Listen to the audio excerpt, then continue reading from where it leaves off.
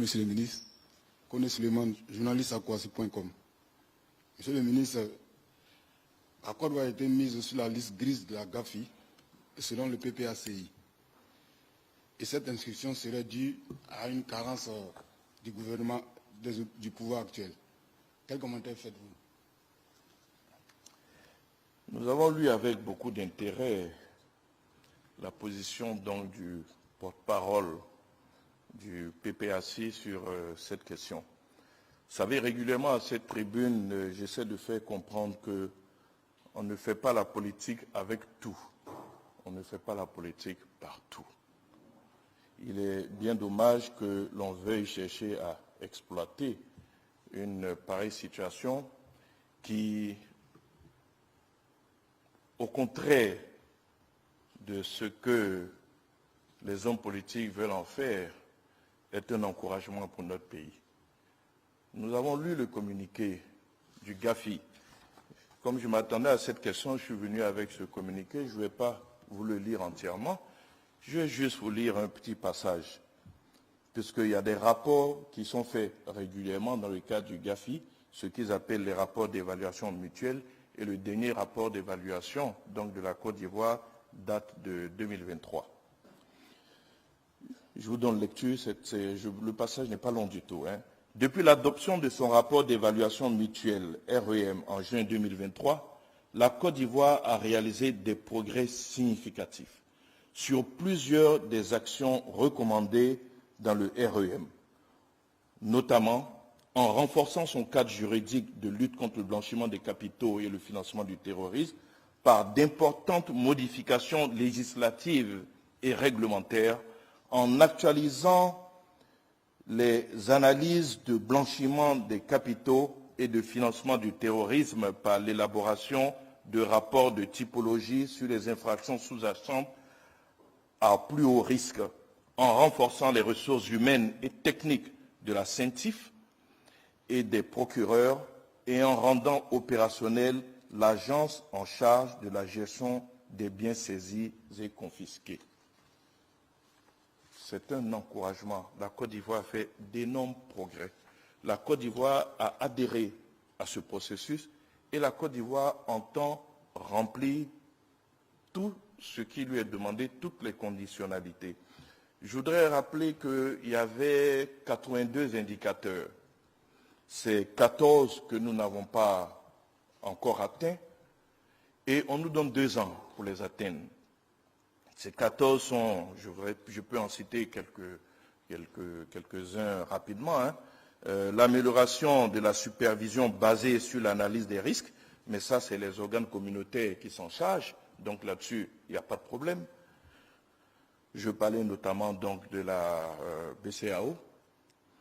Renforcer les mesures correctives à prendre suite aux missions des autorités de contrôle. Donc chaque fois qu'il y aura des mesures qui seront prises, qui seront demandées donc par les autorités de contrôle, on nous demande donc de les exécuter, mais on a montré que sur 82, on a déjà rempli 68, je dirais, il nous en reste donc 14. Démontrer au moyen d'études de cas, de statistiques, une augmentation soutenue des enquêtes et des poursuites des différents types de blanchiment. Bon, chaque fois qu'on va prendre des cas, il faudrait que ça figure dans nos statistiques et que l'on puisse le démontrer. Ce n'est pas ce qu'il y a de plus difficile. Remédier aux lacunes résiduelles. J'aime bien le mot résiduel. Ça veut dire qu'on a fait beaucoup, mais il en reste encore quelques-unes. Remédier aux lacunes résiduelles en matière de conformité dans le cadre juridique et institutionnel pour la mise en œuvre des sanctions financières ciblées. C'est des mesures comme ça qu'on nous demande. Je ne dirais pas qu'elles sont mineures, mais nous avons fait beaucoup d'efforts et ces efforts ont été salués. En outre, la sortie qui a été faite est en contradiction totale avec les performances de notre pays.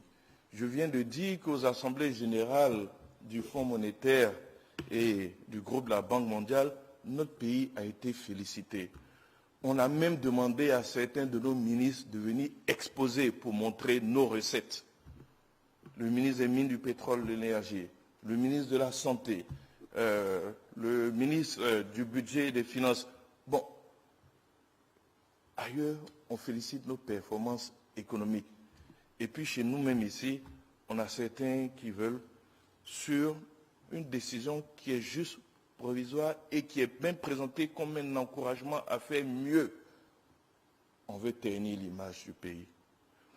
C'est sorti en contradiction totale avec les agences de notation qui récemment encore ont attribué donc les meilleures notes à notre pays. Donc vous voyez, on ne fait pas la politique partout. On ne fait pas la politique avec tout. Je pense que certains hommes politiques devaient s'inspirer de la population, en tout cas la population actuelle. Actuellement, les Ivoiriens, ils savent se retrouver autour de leur pays chaque fois qu'il y a des défis. Ils nous l'ont démontré à l'occasion de la CAN. Ici, on nous dit qu'il reste environ 14 indicateurs. On doit se retrouver autour du pays pour qu'ensemble, on puisse satisfaire donc, ces 14 indicateurs. Et on nous donne même 2 ans pour ça. Il y a des pays qui figurent sur cette liste, et non des moindres, comme l'Afrique du Sud, comme le Nigeria dans cette liste grise. Ce sont des pays qui sont des puissances économiques du continent. Il y a des pays qui ont des indicateurs à remplir qui sont plus importants que ceux de la Côte d'Ivoire. Il y en a qui sont à 29 indicateurs. Nous en sommes à 14. Et on nous donne 2 ans pour les satisfaire. On ne fait pas la politique avec tout. Les Ivoiriens nous montrent que chaque fois que le pays a des défis, ils savent se retrouver. On l'a vu à la CAN. Mais tout récemment encore, avec le phénomène Djeneba-Djaba, vous avez vu comment est-ce que nous avons été solidaires de notre compatriote de Bordeaux, même si c'est face à nos beaux, les Camerounais. C'est cela le message que les Ivoiriens apportent aux hommes politiques. Retrouvons-nous autour du pays, autour de la mère patrie. Chaque fois qu'il y a des défis à relever, on sera utile au pays.